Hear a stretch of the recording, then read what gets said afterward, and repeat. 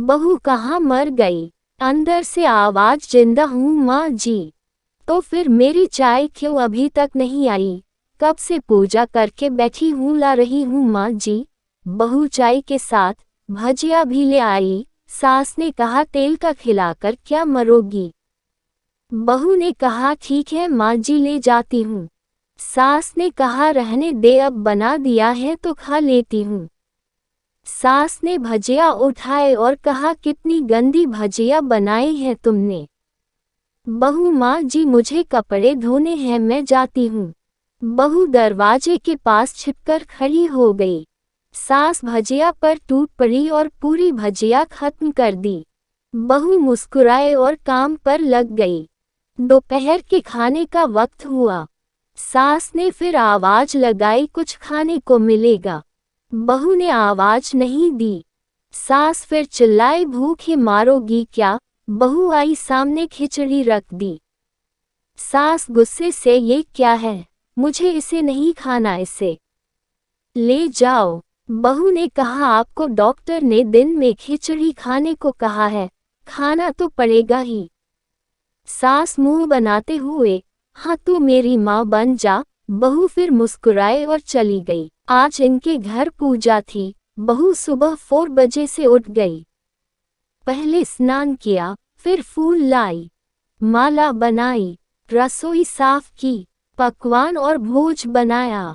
सुबह के 10 बज गए। अब सास भी उठ चुकी थी। बहू अब पंडित जी के साथ भगवान के वस्त्र तैयार कर रही थी। आज ऑफिस की छुट्टी भी थी और उनके पति भी घर पर थे। पूजा शुरू हुई। सास चिल्लाती, बहू ये नहीं है, वो नहीं है। बहू दौड़ी दौड़ी आती और सब करती। अब दोपहर के 3 बज गए थे। आरती की तैयारी चल रही थी। पंडित जी ने सबको आरती के लिए बुलाया और सबके हाथों में थाली दी। जैसे ही बहू ने थाली पकड़ी, थाली हाथों से गिर पड़ी। शायद भोज बनाते हुए बहू के हाथों में तेल लगा था, जिसे वो पोंछना भूल गई थी। सारे लोग तरह तरह की बातें करने लगे। कैसी बहू है, कुछ नहीं आता, एक काम भी ठीक से नहीं कर सकती, ना जाने कैसी बहू उठा लाए। एक आरती की थाली भी संभाल नहीं सकी और उसके पति भी गुस्सा हो गए, पर सास चुप रही, कुछ नहीं कहा, बस यही बोल के छोड़ दिया, सीख रही है, सब सीख जाएगी धीरे धीरे। अब सबको खाना परोसा जाने लगा। बहू दौड़ दौड़ के खाना देती, फिर पानी लाती। करीब 70 to 80 लोग हो गए थे। इधर 2 नौकर और बहू अकेली, फिर भी वहाँ सारा काम बहुत ही अच्छे तरीके से करती। अब उसकी सास और कुछ आस पड़ोस के लोग खाने पर बैठे। बहू ने खाना परोसना शुरू किया, सबको खाना दे दिया गया। जैसे ही पहला निवाला सास ने खाया, तुमने नमक ठीक नहीं डाला क्या? एक काम ठीक से नहीं करती, पता नहीं मेरे बाद कैसे ये घर संभालेगी। आस पड़ोस वालों को तो जानते ही हो ना साहब, वो बस बहाना ढूंढते हैं नुक्स निकालने का। फिर वो सब शुरू हो गए, ऐसा खाना है, ऐसी बहू है, ये वो वगैरह वगैरह। दिन का खाना हो चुका था। अब बहू बर्तन साफ करने नौकरों के साथ लग गई। रात में जगराता का कार्यक्रम रखा गया था। बहू ने भी 1-2 गीत गाने के लिए स्टेज पर चढ़ी।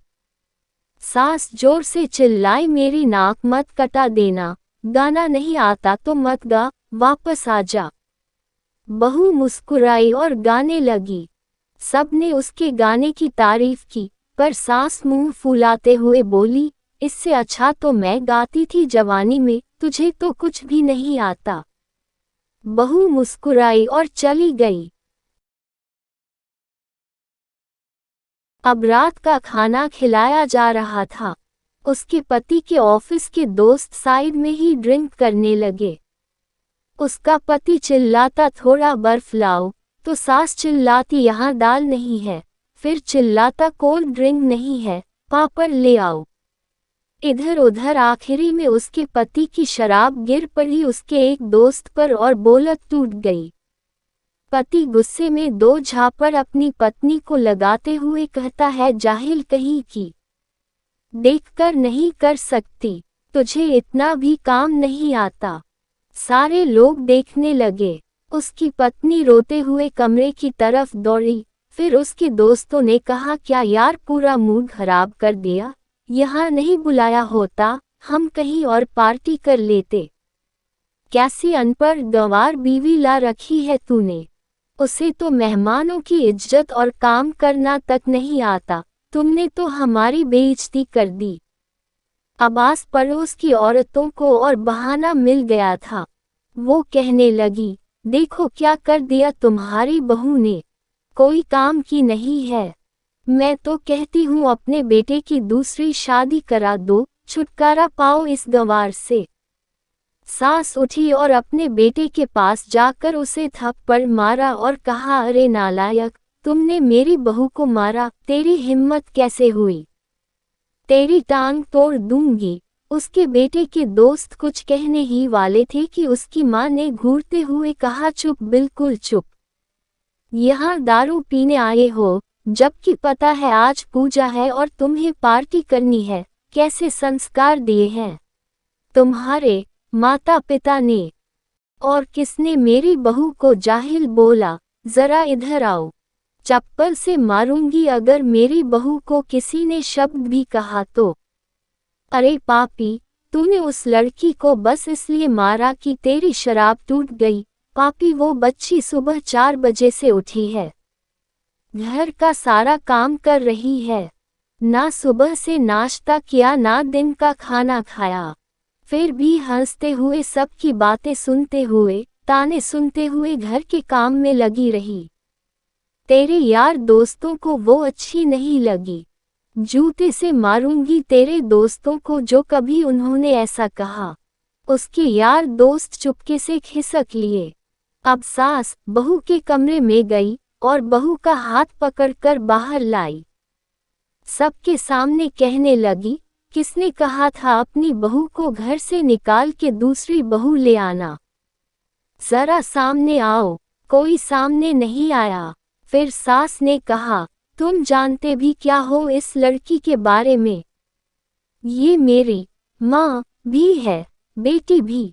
माँ इसलिए मुझे गलत काम करने पर डांटती है और बेटी इसलिए, कभी कभी मेरी दिल की भावनाएं समझ जाती हैं।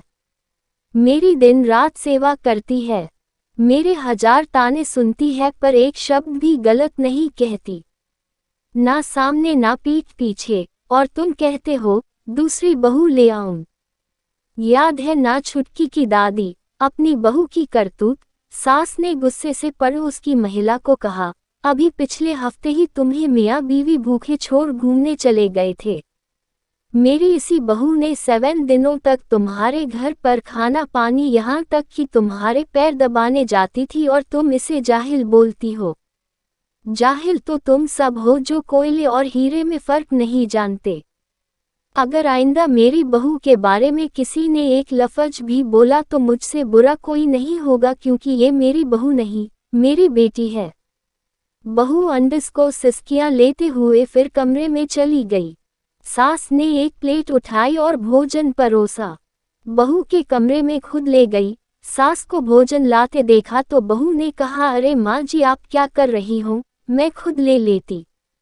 सास ने प्यार से ताना मारते हुए कहा, डर मत, इसमें जहर नहीं है, मार नहीं डालूंगी तुझे। तुझे नई सास चाहिए होगी, पर मुझे अभी भी तू ही मेरे घर की बहू चाहिए। बहू ने अपनी सास को रोते हुए गले से लगा लिया। सास भी रो दी पहली बार और कहा, चल खाना खा ले। फिर मजाक करते हुए कहा, फिर मेरे पैर दबाने चले आना और ये ख्याल मन में मत लाना कि सास पैर बोलती है, किसी दिन मैं इसका गला दबा दूंगी, क्योंकि कभी मैं भी यही सोचती थी। दोनों खूब हंसने लगती।